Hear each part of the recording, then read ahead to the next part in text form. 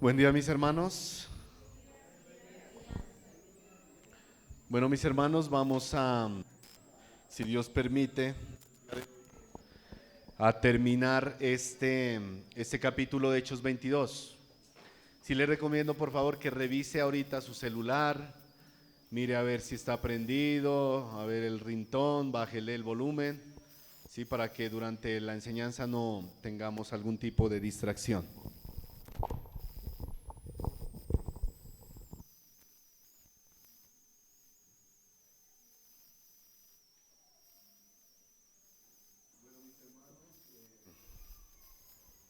Sonido. Bueno, mis hermanos, entonces vamos a recordar un poquito lo que habíamos estudiado para poder tener el contexto, ¿no? Para poder tener el contexto.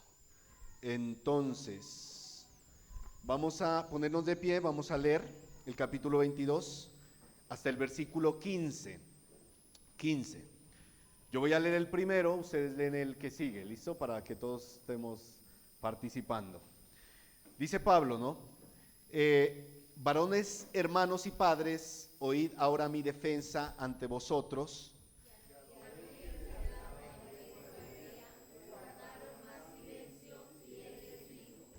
Yo de cierto soy judío nacido en Tarso de Sicilia, pero creado en esta ciudad, instruido a los pies de Gamaliel estrictamente, conforme a la ley de nuestros padres, celoso de Dios, como hoy lo sois vosotros.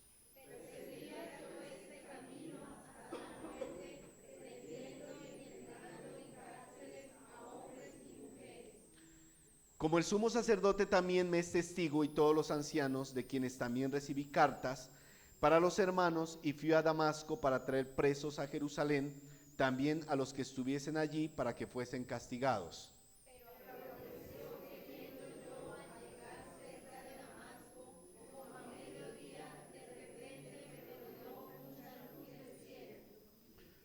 Y caí al suelo y oí una voz que me decía: Saulo, Saulo, ¿por qué me persigues?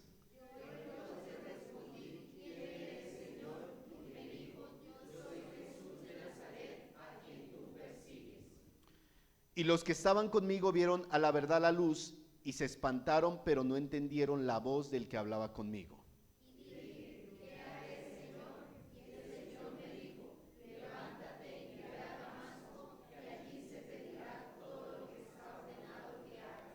Y como yo no veía a causa de la gloria de la luz, llevado de la mano por los que estaban conmigo, llegué a Damasco.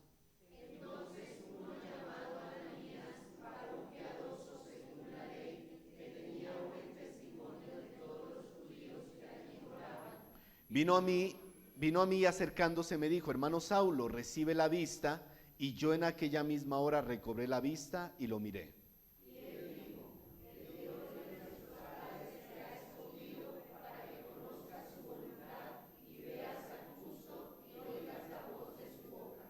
Porque serás testigo suyo a todos los hombres de lo que has visto y oído. Puede tomar asiento, mis hermanos.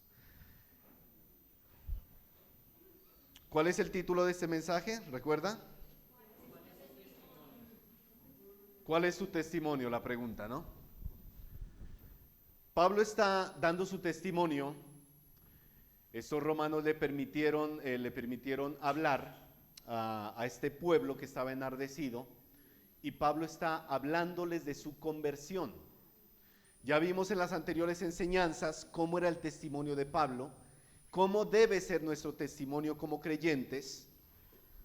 Y en este versículo 15, que ya lo estudiamos la vez pasada, dice: porque serás testigo suyo a todos los hombres de lo que has visto y oído. Y yo les decía que esta palabra testigo es la palabra mártir, ¿no? O en el original martus, que significa alguien que da testimonio por medio de su muerte. En este caso, Pablo sabemos que estaba dispuesto a dar su vida por el Evangelio, a dar su vida por el Evangelio. Y la pregunta que yo les hacía es: ¿qué has visto y qué has oído tú, hermano, hermana, que estás aquí hoy? ¿Testificas de lo que has visto? ¿Puedes decir que eres un testigo fiel del Evangelio? Esa es la pregunta que debemos llevarnos. Pero antes de continuar, vamos a orar. Ahí donde está, incline su rostro, vamos a poner este tiempo en las manos del Señor. Dios Padre Todopoderoso y Eterno, gracias Señor por el privilegio de poder estar aquí junto a mis hermanos, congregarnos, poder compartir tu palabra, Dios.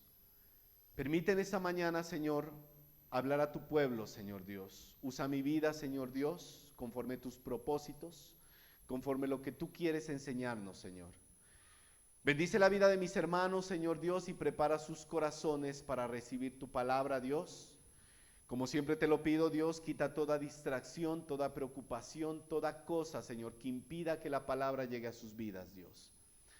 Bendigo a tu pueblo, Dios, en tu nombre, Señor, y permite que hoy podamos aprender más, Señor, de lo que tú quieres para nosotros. Y que toda la gloria y la honra sea para ti, en Cristo Jesús. Amén. Listo, mis hermanos, vamos a continuar. Versículo 16.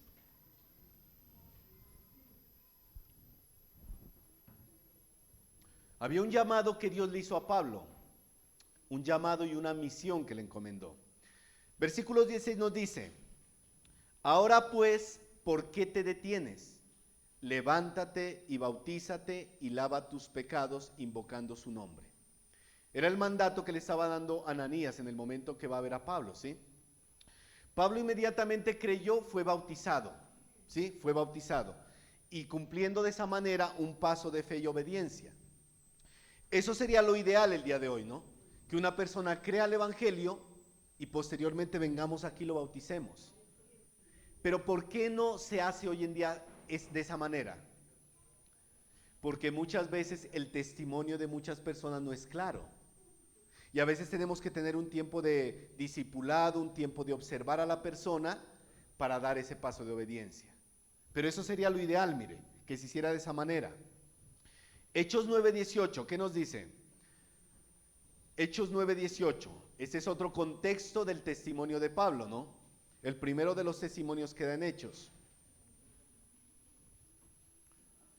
Y al momento le cayeron de los ojos como escamas, cuando recibe la vista nuevamente.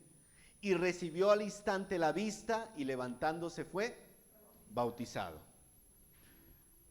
Aquí, llevando un orden gramatical en este verso 16, la palabra invocando su nombre vendría antes de levántate y bautízate, ¿no?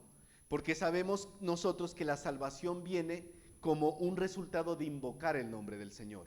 La persona invoca el nombre del Señor, recibe la salvación y posteriormente debe ser bautizado en agua, ¿no? Bautizado en agua como ese paso de fe, de obediencia. Romanos 10, 9 al 13. Romanos 10, 9 al 13. Versículos muy conocidos, ¿no? Sobre todo en temas de evangelismo. Romanos 10, 9 al 13. Que si confesares con tu boca que Jesús es el Señor y creyeres en tu corazón que Dios le levantó de los muertos, serás salvo. Porque con el corazón se cree para justicia, pero con la boca se confiesa para salvación. Pues la Escritura dice, todo aquel que en él creyere no será avergonzado, porque no hay diferencia entre judío y griego, pues el mismo que es Señor de todos es rico para con todo lo que le invocan. Porque todo aquel que invocare el nombre del Señor será salvo. Mis hermanos, esos textos no hablan de una fórmula mágica de salvación, como en algunos lugares enseñan, ¿no? Venga, repita esta oración conmigo y ya es salvo. Ya todo mundo es salvo. No. Esto es la forma en que la persona debe recibir el evangelio, recibir la salvación, mire. No una fórmula mágica, sino es una invocación personal, consciente y sincera que hace la persona. ¿Fruto de qué? De haber escuchado el evangelio. Yo por eso le decía, nadie se convierte por escuchar el testimonio de otro o por escuchar un concierto cristiano, no. La conversión viene por escuchar el evangelio. La fe viene por el oír, por el oír la palabra de Dios. Esa es la fe, mis hermanos. El oír la palabra de Dios. Hechos 22:17. Y me aconteció, sigue diciendo Pablo, vuelto a Jerusalén, que orando en el templo me sobrevino un éxtasis, mire, ¿sí? Entonces Pablo sigue narrándoles a esta gente su conversión y todo lo que había pasado. Y les dice, cuando regresé a Jerusalén, fui al templo a orar y allí tuve una visión. que sería lo mismo que éxtasis, una visión, ¿sí? Mire, después de haber él estado en Damasco un tiempo con los discípulos y 3 años en Arabia, él vuelve a Jerusalén y dice, estando en el templo tuve una visión, un éxtasis. O sea, él fue llevado más allá de los sentidos al ámbito sobrenatural y tuvo una revelación directa de Jesucristo, el apóstol Pablo. Mire, hay que tener en cuenta que en el contexto de Hechos, este tipo de revelaciones eran dadas solo a los apóstoles. Leamos, por ejemplo, lo que le pasó a Pedro, mire, Hechos 10, 9 al 10. Busquémoslo ahí atrasito. Hechos 10, 9 al 10. Al día siguiente, Hechos 10, 9 al 10, ¿no? Al día siguiente, mientras ellos iban por el camino y se acercaban a la ciudad, Pedro subió a la azotea para orar, cerca de la hora sexta, y tuvo gran hambre y quiso comer, pero mientras le preparaban algo, le sobrevino un éxtasis, una visión, mire, una revelación. Mire, esto, recordamos ese contexto, ¿no? ¿Se recuerdan que Pedro tiene la visión de este mantel que desciende con varios tipos de animales, ¿no? Que ya habíamos estudiado, ¿sí? En el caso de Pablo, esta era una de las 7 visiones o de las visiones que tuvo Pablo, las revelaciones que le dio el Señor Jesús, mire. Por ejemplo, ¿cuál fue la primera revelación que recibió Pablo? A ver si se acuerda. ¿Cuál fue? Camino a Damasco, ¿no? Camino a Damasco. Aunque esa, más que una visión, podemos decir que fue una aparición del Cristo resucitado, ¿no? Parecido a lo que vieron en la transfiguración, ¿no? Que estaba Elías y que estaba Moisés. Pero acá se le aparece. Es una aparición del Cristo resucitado a Pablo. ¿Cuál fue la segunda? A ver, ¿cuál visión tuvo Pablo? No. ¿Se acuerda? ¿Cuál? A ver. Cuando vio en visión a Ananías. ¿Se acuerda? Dios le muestra que vendría un hombre y le impondría las manos. La tercera, ¿cuál fue? A ver. El varón macedonio que pedía ayuda. Ahí sí le atinó. ¿Sí? El varón macedonio que pedía ayuda. La cuarta.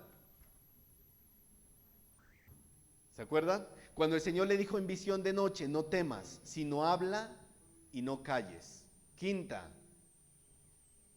Cuando el Señor se le presenta y le dijo, ten ánimo, pues como has testificado de mí en Jerusalén, así es necesario que testifiques también en Roma. Y la sexta, cuando Dios le dijo por medio de un ángel, no temas, es necesario que comparezcas ante César, y a que Dios te ha concedido todos los que navegan contigo. ¿Se acuerdan? Cuando iban en el barco a Roma, iban a naufragar, y el Señor le da una palabra por medio de un ángel, ¿sí? Puede ser que se me escape alguna visión, ¿no? Pero esas son las que hemos estado mirando. Y aquí vemos qué le dijo el Señor en esta visión. Mire, versículos 18 al 20, Hechos 22. ¿Qué le dijo el Señor? A ver. Y le vi que me decía, date prisa y sal prontamente de Jerusalén, porque no recibirán tu testimonio acerca de mí. Yo dije, Señor, ellos saben que yo encarcelaba y azotaba en todas las sinagogas a los que creían en ti. Y cuando se derramaba la sangre de Esteban, tu testigo, mire, mártir, ¿no? Yo mismo también estaba presente y consentía en su muerte y guardaba las ropas de los que lo mataban. ¿Qué le decía el Señor? Apúrate, sal de Jerusalén de inmediato, mire, porque no van a recibir tu testimonio, le dijo. Sal. ¿Y qué le dijo Pablo? Señor, ellos saben que yo fui a las sinagogas y arrestaba a los creyentes y estaba persiguiendo a la iglesia, les dice, mire. Y cuando mataron a Esteban, tu testigo, yo estuve ahí y yo fui el que tuve las túnicas de los que lo asesinaron, mire. Ahí vemos que hay una visión de parte de Jesucristo, pero Pablo también le dice algo al Señor, mire. Mis hermanos, el Señor guiaba a Pablo paso a paso, mire. Paso a paso, usted se da cuenta, en la Escritura. Paso a paso lo guiaba, mire. Y en esta ocasión, ¿qué le dijo? Vete, porque ellos no creerán lo que les vas a decir. Vete. Pero Pablo, ¿qué quería hacer? Él de pronto quería decirle al Señor, Señor, pero yo puedo ir a testificar. Ellos me conocen, que yo era el que perseguía a la iglesia, que yo estuve cuando mataron a Esteban. Pero la palabra del Señor era, vete. ¿Y qué hizo Pablo? ¿Y qué hizo Pablo? Mire. Obedeció. Es interesante ver, mis hermanos, que cuando estos hombres de Dios recibían una revelación, una visión, un éxtasis de Dios, ¿qué estaban haciendo ellos? Orando, orando. Pedro estaba en la azotea, orando. Pablo estaba en el templo, orando, miren. ¿Sí? Interesante. Actualmente nosotros ya no recibimos revelaciones de ese tipo. Que usted diga, ay, se me apareció el Señor en la mañana antes de venir a la iglesia y me dio una revelación. Grave, ¿sí? Grave. No recibimos ese tipo de revelación, pero sí recibimos una revelación. ¿Cuál? La revelación escrita en la palabra de Dios. Esa es la revelación que recibimos. Cuando oramos, cuando meditamos en la palabra, el Señor nos revela en la palabra lo que quiere para nuestras vidas. ¿Sí? Miren, mis hermanos, habrá momentos en que ir a un lugar, tomar una decisión o hacer algo parece adecuado y correcto, pero posiblemente el Señor diga no. Y usted dice, pero Señor, se ve bueno, se ve bien. No, como le decía Pablo, mire. Eddie nos enseñaba en el anterior capítulo que es bueno que nosotros hagamos la voluntad de Dios, ¿cierto? Es importante, mire. La Biblia habla de la voluntad de Dios, pero ¿sabe cuál es el problema de nosotros? Que a veces no hacemos la voluntad de Dios. Hacemos nuestra voluntad, nuestra propia voluntad, mire. Aunque para Pablo en ese momento ir y testificar no era malo, la voluntad de Dios era que se fuera de ese lugar. Y Pablo obedeció la palabra, mire. Mis hermanos, ¿por qué la mayoría de veces sufrimos, nos lamentamos y a veces lloramos en decisiones y cosas que hacemos? Porque hacemos nuestra propia voluntad. Porque hacemos nuestra propia voluntad. Mudarnos, cambiar de empleo, irnos a otro lugar, comprar esto o aquello, tomar esta decisión, servir en este ministerio, hacer esto o aquello. Y a veces nosotros tomamos decisiones sin tener en cuenta lo que Dios quiere para nuestras vidas. Y terminamos muchas veces sufriendo, mire. Incluso hay gente que comienza relaciones sentimentales sin tomar en cuenta lo que Dios quiere. Ah, no, yo voy a hacerlo porque a mí me nace. Y después andan blanqueando los ojos sin saber qué hacer, mire. ¿Por qué? Porque no obedecieron a Dios. Simplemente eso, mire. Decisiones y más decisiones que determinan nuestro destino, mire.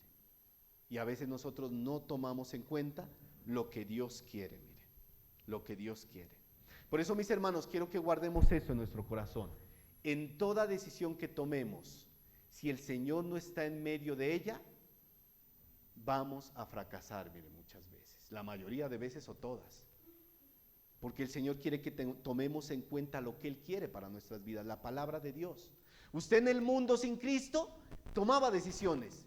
A veces le atinaba y le iba bien, pero a veces la embarraba y le iba mal. Como cristianos ya no podemos andar acertando a ver si le atinamos o no. Ya tenemos una guía, tenemos una brújula, tenemos una luz que es lámpara a nuestros pies para guiarnos. O sea, si usted ahorita toma malas decisiones y le va mal, no ande llorando. Pídale perdón a Dios porque no tuvo en cuenta su voluntad. Así de simple, mis hermanos. Y todos creo que hemos fallado en eso. Nadie puede decir, no, yo siempre he ido de acuerdo a la voluntad de Dios. En algún momento creo que no la hemos tomado, mire. A veces podrás dártela de muy sabio, muy entendido, yo me la sé todas, yo no necesito que el Señor me diga, y ahí es cuando fallamos, cuando no buscamos la dirección de Dios, mire. Cuando no buscamos la dirección de Dios. Y muchos dirán, pero hermano, ¿y cómo sabemos cuál es la voluntad de Dios? ¿Cómo sabemos, mis hermanos, cuál es la voluntad de Dios? ¿Cómo discernimos esa voluntad de Dios? Si usted no lee su Biblia, pues no va a poder, mire. Si usted no medita en la Biblia, si usted no estudia la palabra, no va a poder saber cuál es la voluntad de Dios, mire. Nosotros debemos, mis hermanos, orar para pedirle dirección a Dios. Pero no 2 minuticos. Ah, ya oré, ya acabé de orar, ya listo, ya voy a tomar mi decisión. A veces oramos simplemente para no sentirnos mal. Hermanito, ¿va a tomar esa decisión? ¿Va a cambiar de empleo? Órele a Dios. Ah, listo. Ya le oré a Dios, ya listo, ya tomé el empleo. Bueno, ¿y Dios qué le dijo? Ah, no sé, pero yo oré. No, mis hermanos, eso es como justificarnos. Ya cumplí con orar, pero voy a hacer mi soberana voluntad. No. La oración es pedirle guía a Dios en las cosas que vamos a hacer. Que Dios dirija nuestros pasos por medio de su palabra, mire. Por medio de su palabra. Buscando que esa paz de Dios esté en nuestro corazón al momento de decidir algo. Yo le decía a mis hermanos, muchas veces las puertas no se abren y uno quiere forzarlas en las cosas que queremos. Es mejor esperar en Dios. Puede ser que el Señor diga, hazlo, o puede ser que, como en el caso de Pablo, no, vete Pablo. No hagas eso, no tomes esa decisión, mire. No tomes esa decisión. Debemos buscar esa armonía entre las intenciones de nuestro corazón y lo que dice la palabra de Dios. Lo que yo quiero va de acuerdo a la Escritura. Es como yo les decía una vez, hermano, me ofrecieron un trabajo muy bueno, me van a pagar muy bien, pero ya no voy a poder congregarme los domingos. ¿Qué hago? Sobra decirle qué debe hacer. O sea, ¿usted qué le va a decir? No, hermanito, tome ese trabajo, está bueno, así va a llevar buenas ofrendas a la iglesia. No, desde ya ni pregunte, está mal. Si usted no va a poder congregarse, no tome ese trabajo, así le paguen 50 millones, porque está desobedeciendo a Dios, no dejando de congregarse como algunos tienen por costumbre. Mire. Hay decisiones que son fáciles de discernir a la luz de la Biblia. Otras vamos a tener que estar más en oración y meditando en la palabra para que el Señor ponga paz en nuestro corazón y nos dirija, mire. Sí, y nos dirija. Y si usted tiene su esposo o su esposa, pues es una ayuda idónea para que también podamos ser guiados en eso, mire. Leamos algunos textos. Salmos 48. Salmos 48. Miren lo que dice: el hacer tu voluntad, Dios mío, ¿qué? Me ha agradado. Tu ley está en medio de mi corazón, mire, tu palabra está en medio de mi corazón. A usted debe agradarle, debe agradarme a mí hacer la voluntad de Dios, no una imposición, sino algo que debe agradarme y que la palabra esté en mi corazón. De otra manera, usted no va a poder saber qué es lo que Dios quiere. Salmos 143, 10. Salmos 143, 10. Mire de bonita esa palabra. Enséñame a hacer tu voluntad, porque tú eres mi Dios. Tu buen espíritu me guíe a tierra de rectitud. Enséñame, Señor, a hacer tu voluntad, porque a veces no sabemos cómo hacerlo. Mire. ¿Quiere evitar lágrimas y dolores de cabeza, mi hermano, mi hermana? Hagamos la voluntad de Dios. Hagamos la voluntad de Dios. Hechos 22, 21, sigamos. Hechos 22, 21. Sigue hablando Pablo. Pero me dijo, ve, porque yo te enviaré lejos a los gentiles. Pablo quería ir a testificar. El Señor le dice, vete de ahí, porque no van a recibir tu testimonio. Vete. Pero me dijo, ve, porque yo te enviaré lejos a los gentiles. Mire, un propósito, una misión le tenía Dios a Pablo, específica, una misión. Vete, Pablo, porque yo te voy a enviar a los gentiles, que les prediques a ellos, mire, que les prediques a ellos. Mis hermanos, ¿quién sabe qué es lo mejor para nosotros? Dios. La respuesta sobra, mire, Dios, mire. Seríamos insensatos, mis hermanos, al leer, al ver lo que Dios quiere y no obedecerlo y no creerle. Seríamos insensatos. ¿Y qué dice la Biblia? Mire, no lo busque, se lo leo rápidamente. Efesios 5:17. Por tanto, no seáis insensatos, sino entendidos de cuál sea la voluntad del Señor. Mire, usted va a ver que la mayoría de problemas que nosotros enfrentamos como creyentes van a ser la mayoría de veces porque tomamos nuestras propias decisiones sin tomar en cuenta al Señor. Sentimentalmente, laboralmente, en la iglesia y en muchas otras cosas. La solución está ahí, pero a veces nosotros no queremos tomarla, mire. Versículos 22 y 23, Hechos 22, 22 al 23. Y mire lo que pasó. Pablo venía hablándoles, dándoles su testimonio. Y mire lo que dice. y le oyeron hasta esta palabra. Entonces alzaron la voz diciendo: quita de la tierra a tal hombre, porque no conviene que viva. Y como ellos gritaban y arrojaban sus ropas y lanzaban polvo al aire, mire lo que sucede en este momento. Esta gente que estaba escuchando tenía un corazón duro, duro, mire. Y solo escucharon esas últimas palabras que dijo Pablo. ¿Y qué pasó? Se enardecieron de odio. Se enardecieron de odio. Y dijeron: acaben con él. Un tipo de esos no debe vivir, mire. Estaba brava esa gente, mire. ¿Y sabe qué hicieron? Se quitaron sus túnicas y empezaron a arrojar polvo al aire. Posiblemente el quitarse las túnicas era para prepararse para apedrear a Pablo, como lo hicieron con Esteban, mire. Y ese acto de arrojar polvo, típico posiblemente en los judíos, mostraba esa ira, esa emoción, esa rabia que sentían en ese momento, enardecidos. Imagínese usted delante de esa turba, ¿qué haría? Terrible, terrible, mire. ¿Por qué justo en ese momento se enardecieron contra Pablo si venían escuchándolo? ¿Por qué creen? ¿Por qué? ¿Por qué creen, mis hermanos? Mire, ¿por qué le enfatizó el mandato del Señor de ir a predicarle a los gentiles? Y para ellos era terrible eso. Porque ellos decían que para que un gentil reciba la fe judía, en el caso de ellos, debía hacerse ¿qué? Prosélito.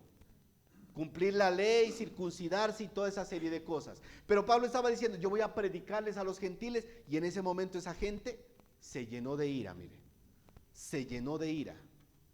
Para ellos era inadmisible que los gentiles recibieran la salvación. Estaban bravos que se salvaran, porque ellos era al punto de la blasfemia que Pablo hubiera hecho eso. Me voy a los gentiles. Y se enardecieron esta gente, mire. Se enardecieron. Posiblemente quitándose esas túnicas para apedrearlo, mire. Mis hermanos, debemos recordar ese celo enfermizo que tenían los judíos por su religión. Un celo enfermizo. Yo les decía, como los musulmanes, que se colocan bombas a veces y no les importa morir por su fe y hacer que mueran los supuestos infieles que los llaman, ¿no? Gente enardecida, mire, buscando la muerte de las personas que no estaban de acuerdo con ellos. Hoy en día vivimos la religión del progresismo, ¿no? ¿Sí se ha dado cuenta? Los que hablan de tolerancia, pero que usted diga algo en contra de los progresistas, ¿no? Que usted se vaya en contra del aborto o se vaya en contra del movimiento LGTBI, ahí mismo lo atacan, miren. Gente extremista, que para ellos la única palabra que vale es la que ellos dicen, pero cuando uno dice algo diferente lo atacan. Pero a los cristianos sí díganles de todo, ¿no? A ellos como aguantan, lo que sea. Gente enfermiza, mire, gente enfermiza. Leamos un contexto, ¿no?, de lo que hacían con el polvo, el símbolo que significaba esto. Job 2, 10 al 12. Job 2, 10 al 12.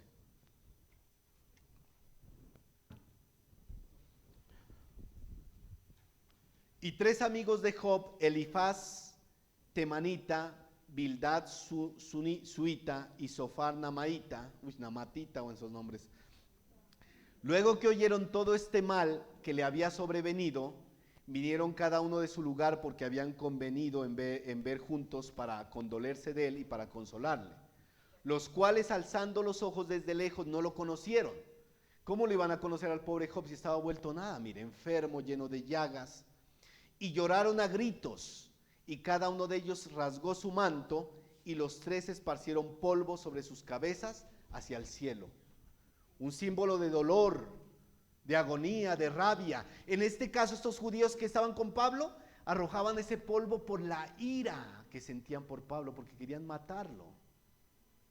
El odio era muy grande, mire, muy grande. Mis hermanos, pocas veces veremos el orgullo y la indignación tan grande en una persona que le toca en su religión, que le toquen sus creencias. Usted lo va a ver. Póngase a hablar con un católico de esos bien radicales. Mejor dicho, usted no puede hablarle porque se enciende, ¿no? O hable con uno de una secta, con un testigo de Jehová. Pocas veces, mire, la gente se enardece más cuando le toquen su religión o su creencia. Pero mis hermanos, vemos aún mismo en la iglesia que hay personitas ahí que cuando les tocan su religión del humanismo, mejor dicho, se ponen furiosos. Es que tú eres un fanático religioso. Eso de que uno no pueda tomarse una copita o pegarse un bailecito, tú eres un fanático religioso. ¿Acaso está mal que yo salga a divertirme con mis amigos? ¿O está mal que yo me dé besitos con mi novio o mi novia? Tú eres fanático. Pobre de usted que le toque a un de estos que están en la iglesia siguiendo esa religión del humanismo. Esas cosas, mire, se enardecen, mis hermanos. Se enardecen. Porque una persona de esas pocas veces preguntará, hermano, ¿cómo hago para santificarme más? Generalmente, ¿qué preguntan? ¿Es malo tomarme una cervecita? ¿Es malo que yo me vaya a bailar por allá? ¿Es malo? Nunca preguntan eso, mire. Yo trabajé con jóvenes como 7 años, mire, cuando estuve en Ipiales. Y pocos fueron los jóvenes que se acercaban en algún momento a decirme, hermano, ¿cómo puedo buscar más al Señor? ¿Cómo puedo santificarme más? Generalmente las preguntas eran, ¿será malo hacer esto o aquello? Porque siempre buscan que uno les diga como un poquitico para que pequen, para que un poquitico pequen. No, eso no está malo, hermanito, vaya, tómese una cervecita, tranquilito, vaya, Dios no lo va a castigar. Ya se van ya contentos, ¿no? El que busca la religión del humanismo, aún dentro de las iglesias, siempre busca que le den una palabra de aliento para pecar, para que tranquilito, su conciencia no lo va a acusar, peque. No, mis hermanos. Nosotros somos los que más deberíamos preguntar, Señor, ¿cómo nos santificamos más? ¿Cómo podemos agradarte mejor? ¿Qué debo dejar de mi vida para ser mejor creyente? Pero hay que usted le toque a uno de estos su falsa religión, mire. Su falsa religión, mis hermanos. Así pasaba con estos judíos, mire, enardecidos con Pablo. Querían destruirlo a Pablo. Versículo 24.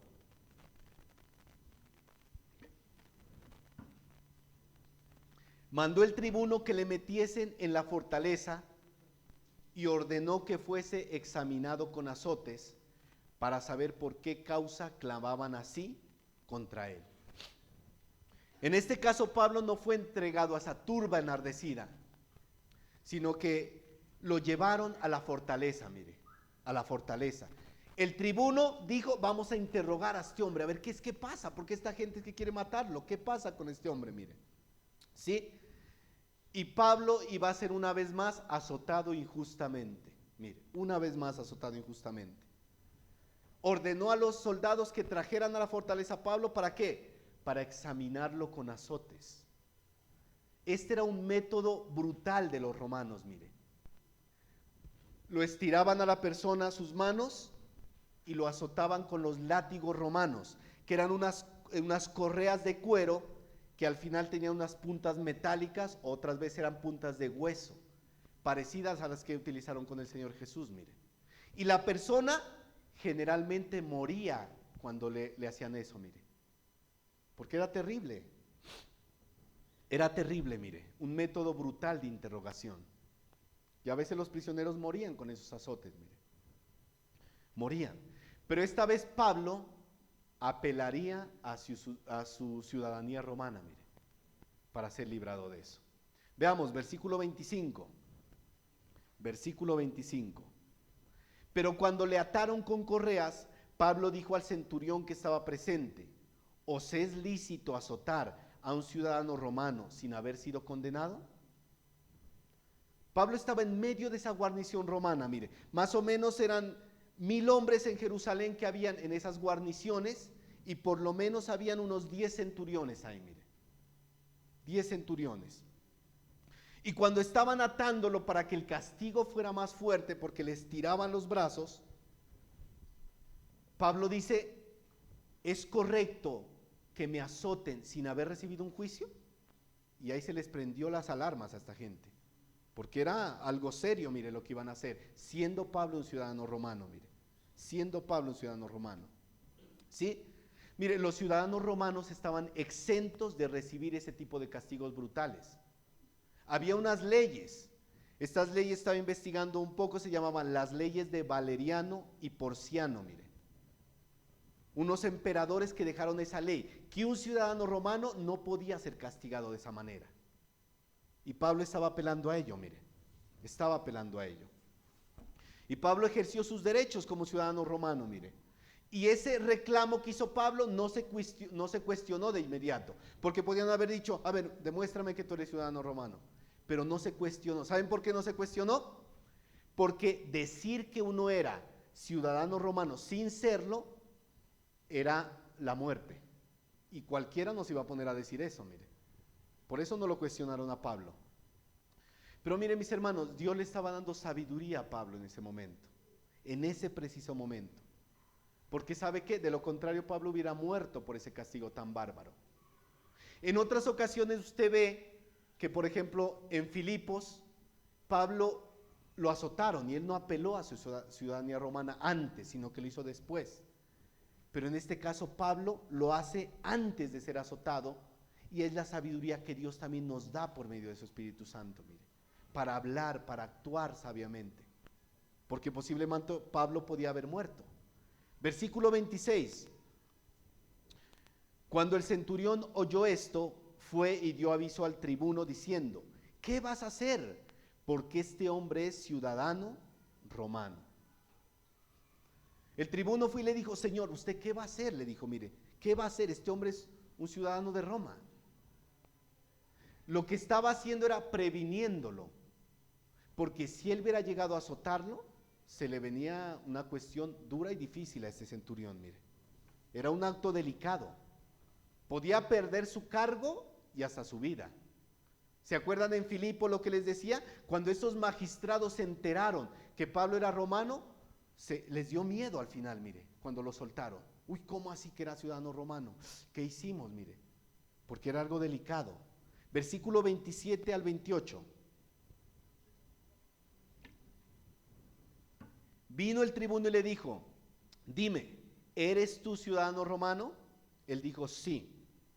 Respondiendo el tribuno, yo con una gran suma adquirí esta ciudadanía. Entonces Pablo dijo, pero yo lo soy de nacimiento. Mire. Lo primero que hace el tribuno es preguntarle a Pablo, ¿en verdad tú eres ciudadano romano? Y le dice, yo pagando dinero adquirí mi ciudadanía. Y miren, no es que la ciudadanía romana se adquiría pagando dinero, pero posiblemente este hombre sobornó a personas importantes para obtener la ciudadanía. Lo que pasa hoy en día con las autoridades corruptas, que personas que llegan al país en 2 días ya le dan la ciudadanía colombiana, mire. Corrupción, en todo tiempo y en todo momento la vemos, mire. Oficiales corruptos. Pero Pablo, ¿qué le dice? No, señor, en mi caso, yo soy romano de nacimiento, mire. Romano de nacimiento, Pablo, mire. Recordemos que él nació en Tarso y tenía también su linaje judío, ¿no? Versículos 29 al 30. Veamos qué pasó. Así que luego se apartaron de él los que le iban a dar tormento. Y aún el tribuno, al saber que era ciudadano romano, también tuvo temor por haberle atado. Al día siguiente, queriendo saber de cierto la causa por la cual le acusaban los judíos, le soltó de las cadenas y mandó venir a los principales sacerdotes y a todo el concilio. Y sacando a Pablo, le presentó ante ellos. Como les digo, hermanos, Dios estaba obrando para preservar la vida de Pablo. Porque recuerden que él le había dicho, ¿no? Tienes que testificar también en Roma, Pablo. ¿Sí? Había un propósito, mire. Y los verdugos se fueron y tuvieron temor incluso de haberlo atado, mire. De haberlo atado. Aquí vendría la segunda defensa de Pablo. ¿Ante quién? Ante los líderes religiosos judíos, ante el concilio, mire. Pablo de defensa en defensa, mire, tenía que defenderse con unos, de ahí a defender con los otros, ¿no? Yo creo que ninguno de nosotros hemos pasado por eso. Usted ha tenido que dar su defensa ¿ante qué? Ante su familia de pronto, porque es creyente, mire, ante sus compañeros. Pero Pablo tenía que enfrentarse a gente que lo odiaba, que quería matarlo, por lo menos su familia lo quiere, mire. Sí, espero, ¿no? que lo quiera. ¿Sí? Pero Pablo tenía que enfrentarse a gente que lo odiaba. Póngase usted de frente a uno que lo mire con odios, que lo quiere ahorcar. ¿Cómo se sentiría usted? Intimidado, mire. Pero Pablo sabía que el Señor estaba ahí con él, dando defensa, mire, cuidándolo. ¿Sí? Yo voy a estar contigo, Pablo. El Señor él estaba con él, mire. La segunda defensa del Pablo ante el Sanedrín, mire. ¿Sí? Estos romanos querían saber cuál es la causa de las acusaciones frente a ellos. Bueno, ¿por qué lo acusan? ¿Qué pasa con este hombre? Mire, y lo presentan hasta esa gente. Mire, mis hermanos, lo que experimentó Pablo, ¿fue fácil o difícil? Pero mire, sabemos que Dios se lo había advertido antes a Pablo. Incluso cuando lo llama en su conversión, ¿qué le dijo? Yo te voy a mostrar lo que vas a padecer por mí, Pablo. ¿Sí? Yo te voy a mostrar. Vas a tener que padecer, Pablo. O sea, Dios se lo había advertido, mire, para que estuviera preparado. Y Pablo estaba preparado, mire. El Señor estaría a su lado. Sería bueno, mis hermanos, ¿no? Que el Señor audiblemente a nosotros nos advirtiera cuando vienen momentos difíciles. Hermano, te advierto, hermano Jaime, o hijo, bueno, como nos llama el Señor, te advierto que en un mes te van a echar del trabajo. ¿Sí? O te advierto que va a venir una enfermedad a tus hijos en 2 meses. O te advierto que que va a pasar esto o aquello. Sería bueno, ¿no? Porque usted se prepararía para recibir eso. Pero el Señor no lo hace así, mire. ¿El Señor nos advierte? Claro que nos sigue advirtiendo. ¿A través de qué? De la palabra de Dios, mire. El Señor nos advierte, mire. Nos advierte a través de su palabra escrita. ¿Y para qué nos advierte? Para que estemos preparados, firmes y constantes, mire. Preparados, firmes y constantes. Porque yo le hago la pregunta de la vez pasada. ¿Por qué muchos cristianos se desaniman, se desalientan, dejan de congregarse, andan achicopalados cuando vienen las pruebas y los momentos difíciles? ¿Por qué? Porque no estaban preparados, porque se confiaron, porque se durmieron, porque no estaban firmes, mire. Leamos algunos pasajes, mire. Efesios 6, 10 al 11. El Señor nos advierte, mis hermanos. Siempre nos está advirtiendo en su palabra. El problema es que nosotros nos entra por un oído y nos sale por el otro. Efesios 6, 10 al 11. Mire, esta palabra es muy conocida y usted dice, esa palabra yo ya la conozco, ya la he escuchado, pero ¿la aplicas? Ay, no, ahí sí no, hermanito, ahí sí me olvido yo de aplicarla. Por lo demás, hermanos míos, fortaleceos en el Señor y en el poder de su fuerza. Vestíos de toda la armadura de Dios, ¿para qué? Para que podáis estar firmes contra las acechanzas del diablo. Mire, el Señor no dice, te voy a librar de las acechanzas del diablo. El Señor dice, ested firmes cuando vengan esas acechanzas. Primera de Corintios 15, 58. Primera de Corintios 15, 58. Mire de bonita esta palabra. Así que, hermanos míos, amados, estad ¿qué? Firmes y constantes, creciendo en la obra del Señor siempre, sabiendo que vuestro trabajo en el Señor no es en vano. Veamos otro. Primera de Pedro 5, 8 al 10. Primera de Pedro 5, 8 al 10. Sed sobrios y velad. Velad. ¿Qué es velad, mis hermanos? Estar vigilantes, mire. Vigilantes, constantes. Porque vuestro adversario el diablo como león rugiente anda alrededor buscando a quien devorar. Yo les enseñaba este versículo a mis hijos y para darles un ejemplo les decía, recuerden niños cuando el león va a cazar a su presa. Él no llega de una y se le tira porque se le corre la presa. Él va, mira, observa, mira cómo está la presa, si está descuidada, si está por allí. Él se va acercando sigilosamente y cuando menos lo espera, se le lanza. Satanás está viendo cómo estamos, mis hermanos, a ver cómo está este. ¿Está constante, está firme o está medio tambaleando y tenga? Y mire, constantes. 9, al cual resistid firmes en la fe, sabiendo que los mismos padecimientos se van cumpliendo en vuestros hermanos en todo el mundo. Usted no es el único, mi hermano, que sufre tentación. Todos los creyentes pasamos por un lado, por otro, por eso, mire. Mas el Dios de toda gracia, que nos llamó a su gloria eterna en Jesucristo, después que hayáis padecido un poco de tiempo, el mismo os perfeccione, afirme, fortalezca y establezca. El propósito de las pruebas, ¿cuál es? Que estemos más firmes, mis hermanos. Veamos otro, Hebreos 10:23. Algunos han de decir, uy, hoy sí me tocó leer harta Biblia, ahora lo que no leo toda la semana, mire. Hebreos 10:23. ¿Qué dice? Mantengámonos firmes sin fluctuar la profesión de nuestra esperanza, porque fiel es el que prometió. Mire, casi todos los versículos de qué hablan. Estad firmes, firmes. Primera de Corintios 10, 11 al 12. Primera de Corintios 10, 11 al 12. Y estas cosas les acontecieron como ejemplo, y están escritas para amonestarnos a nosotros, a quienes han alcanzado los fines de los siglos.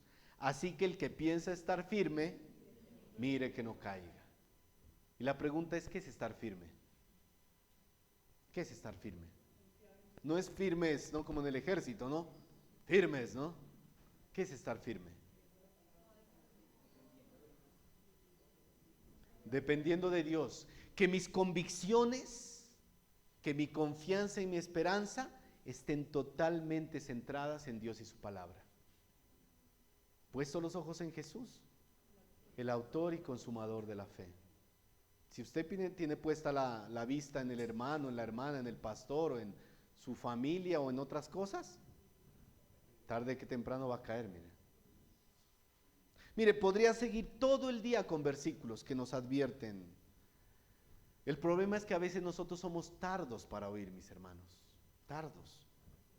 Y por eso cuando vienen las pruebas, los desiertos, las tormentas, nos toman desprevenidos y nos tumban, mire. Nos tumban, sin estar preparados. Pablo asumió con valentía este difícil y duro proceso que estaba pasando. ¿Por qué? Porque él sabía en quién había confiado, mire. Él sabía en quién había confiado. Su confianza estaba más allá de las circunstancias. Su fe estaba más allá de la tormenta que estaba pasando. Estaba firme afrontando esto, mire. Incluso, mire, Pablo pasó por todas las situaciones que usted se imagina. Más adelante vamos a ver que va en ese barco rumbo a Roma y el barco iba a naufragar y todos estaban, mejor dicho, preocupados. ¿Y Pablo cómo estaba? Firme, mire, firme y constante, firme y constante. Terminamos, mis hermanos, este capítulo. Pero para terminar, mis hermanos, ¿qué enseñanza nos deja este capítulo? ¿Qué enseñanza nos deja? Recuerde el título. ¿Cuál es tu testimonio? ¿Cuál es mi testimonio? Pablo dio un testimonio verdadero y fiel. ¿Qué testimonio estamos dando nosotros, mis hermanos? ¿Es un testimonio claro o es un testimonio difuso? Yo les decía la vez pasada, si las demás personas a ti te ven con inseguridad, ¿será que ese es creyente o será que no es creyente? Yo no sé, hay un problema ahí. Las personas deberían vernos y decir, ese que está ahí es un creyente genuino, 100%. Pero si dudan, algo pasa, mis hermanos, si la demás gente duda. Aún si en tu trabajo dudan, ese dice que es creyente, pero mire cómo se comporta. Ojo con eso, mis hermanos. Para terminar, surgen unas preguntas, mis hermanos. ¿Cómo es tu testimonio en la iglesia? ¿Cómo te ven los demás hermanos? ¿Cómo te ven? ¿Cómo es tu testimonio con los de afuera? Mire, en tu casa, en tu barrio, en tu trabajo, ¿cómo es? Preguntémonos, ¿tu vida es diferente desde que creíste en Cristo o es igual? Porque si es igual y nada ha cambiado, hay la posibilidad de que no seas creyente y estás dentro de la iglesia sin haber nacido de nuevo, o dentro del templo, mejor dicho. ¿Eres tú un testigo fiel y verdadero del Evangelio como estos hombres, como Pablo? ¿Estarías dispuesto a dar tu vida por el Evangelio de ser necesario? Sí, hermano, yo lo haría. Esperemos que entre alguno a ver a matar a los cristianos ahorita, a ver quién sale corriendo y quién se queda. Para nosotros es fácil aquí dar un testimonio real y verdadero, o decir que lo estamos dando. Pero váyanse a Medio Oriente a ver qué va a pasar allá. Eso es lo difícil. No sabemos si vendrá una persecución así tan fuerte, pero posiblemente venga. ¿Estamos firmes y preparados para recibirla? ¿Somos testigos fieles del Evangelio? Otra pregunta. ¿Sigues la voluntad de Dios? ¿Te dejas guiar por la palabra de Dios? Pregúntese, mi hermano, en el último mes, ¿qué decisiones ha tomado? Y si en medio de esas decisiones estuvo el Señor. Usted dice, yo tomé como 5 decisiones. Uy, pero ninguna estuvo el Señor. Difícil. Pregúntese, mi hermano. Si estás sirviendo en medio de la congregación, ¿cómo lo estás haciendo? ¿Con un testimonio fiel? ¿Por los motivos correctos? Y si no estás sirviendo, ¿qué ha pasado? Mire. Estamos siendo buenos padres, buenos hijos, buenos creyentes, buenos trabajadores, porque nuestro testimonio no es nomás acá en la iglesia, porque acá es fácil, como les decía la vez pasada, aquí es fácil ser cristiano. Todos andamos con carita de yo no fui, mire. Uno los ve de acá y todos bien bonitos, mire, todos, algunos durmiéndose, ¿no? Pero bueno, eso ya es normal. Pero todos bien bonitos, pero afuera, ¿cómo se comportan? Yo les contaba en una ocasión, ¿sí? No voy a decir nombres para no comprometer a nadie, pero yo recuerdo cuando íbamos al Alcance, una vez en el bus, íbamos nosotros en el bus con mi esposa en la parte de atrás, y yo recuerdo que se subió una persona que iba al Alcance, no va a decir el nombre, ¿no? No es de acá para que no va a estar, ay, ¿quién sería el hermano? ¿No sería Eddie? No. Y yo recuerdo que estábamos sentados atrás, y lo vimos, mire, él es el señor que va al Alcance, ¿no? Y ya dije, señor, ya. Y se subió una mujer, ¿no? Pues así una mujer, usted sabe cómo andan las mujeres hoy en día, ¿no? Y pues el señor, no sé si era hermanito o no, pero pues se le fueron los ojos para allá, ¿no? Pero él no sabía que íbamos atrás. Mire, mi hermano, los ojos están puestos en nosotros. Está en la calle y no sabe quién está mirando. No sea de tropiezo, mire. No sea de tropiezo. Pero los que miran algo incorrecto, primero pregunte también, ¿no? Lo que decía la vez pasada, si lo vemos a un hermanito que anda con otra mujer que no sea su esposa, no de una vez, ay, el hermano andaba engañando a la mujer. No, posiblemente era la hermana, la tía o alguien. Pregunte. Si tu hermano pega contra ti, ve con él, habla personalmente con él y dile, a ver, hermano, ¿qué pasó? Debemos ser sabios, mire, mis hermanos. Mis hermanos, en el corto o largo tiempo que pasemos sobre esta tierra, ¿qué testimonio nosotros vamos a dejar? ¿Qué testimonio vamos a dejar nosotros? ¿Qué huella vamos a dejar antes de que el Señor nos lleve? Debemos dejar un buen ejemplo, un buen testimonio, no solo entre nosotros, sino a nuestra familia, a nuestros hijos. ¿Qué testimonio le está dejando usted a sus hijos? El día de mañana ellos ¿qué van a decir? Mi papá era un hombre de Dios tremendo. O va a decir, mi papá era un inconstante. Llegaba tarde a la iglesia, no cumplía, en la casa no hacía lo que decía en la iglesia, no leíamos la Biblia. ¿Qué testimonio usted le va a dejar como padre, como madre a sus hijos? ¿Qué testimonio les vamos a dejar, mis hermanos? ¿Qué ejemplo vamos a dejar en esta tierra el día en que nos vamos? Posiblemente no lleguemos a hacer grandes cosas a los ojos humanos, como esos grandes hombres de Dios que posiblemente ya han muerto. Pero en lo poco o en lo mucho que el Señor nos ha encomendado, hagámonos lo mejor posible, mire. Hermano, es que yo en la iglesia no sirvo, entonces ¿cómo voy a ver?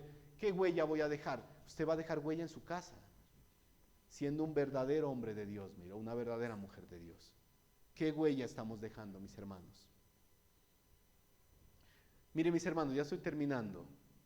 Hombres como Bernabé, como Ananías, o como Silas, o como el mismo Esteban que murió tan pronto, mire que la iglesia se formó, posiblemente no son de tanto renombre como Pablo, como Pedro, como Juan, pero la huella que ellos dejaron es imborrable.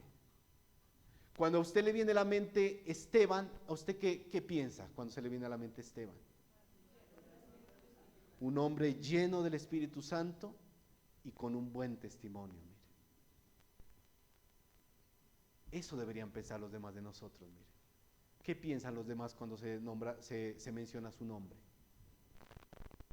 ¿El hermanito inconstante? ¿La hermanita chismosa de la iglesia?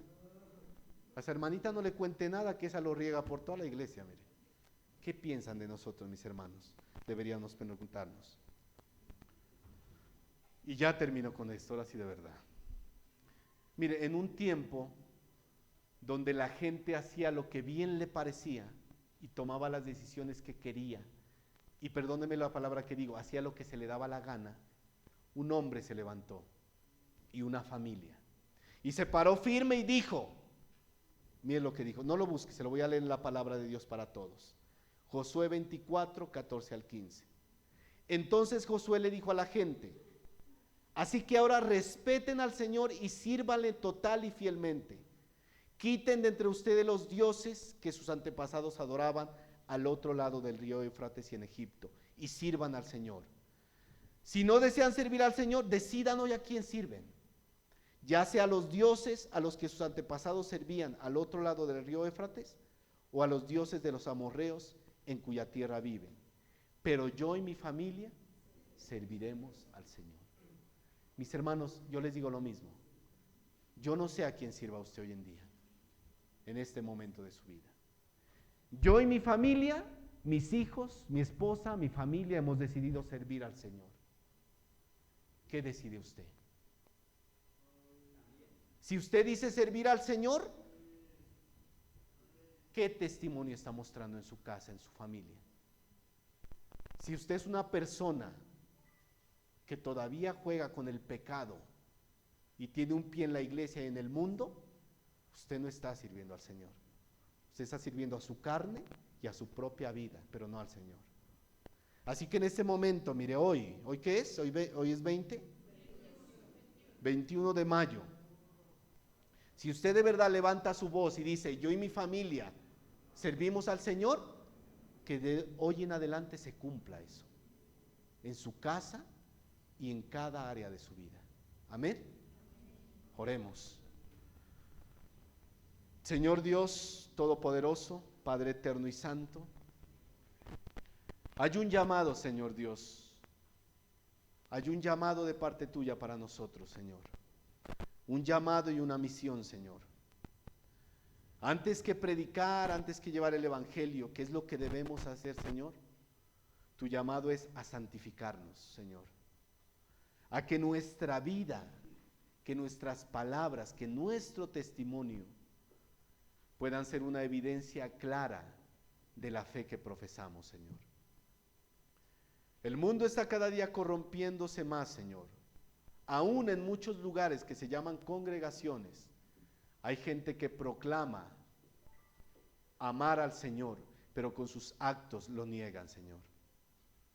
Por eso hoy te pedimos que en esta congregación, Señor, en La Serena, Dios, las familias, los hermanos, las personas que aquí nos congregamos, podamos de verdad levantarnos, Señor, como creyentes genuinos y verdaderos, Dios. Que predican la palabra, pero que también viven vidas que dan testimonio real y genuino de que somos comprados, de que somos tus hijos, Señor. Por eso, Señor Dios, es un compromiso en este día, Señor, en esta mañana, a buscarte, Señor Dios, como debe ser, Dios. A vivir vidas que te agraden, Señor. Ayúdanos, Dios, porque muchas veces no es fácil, Señor. Ayúdanos, Dios, porque muchas veces no es fácil ser buenos padres o trabajadores o buenos hijos o buenos siervos, Dios. Pero yo sé que con tu mano poderosa en nosotros, con tu palabra en nuestras vidas podemos hacerlo. Y que toda la gloria y la honra siempre, Señor, sea para ti en Cristo Jesús. Amén. Gracias, mis hermanos, que Dios los bendiga.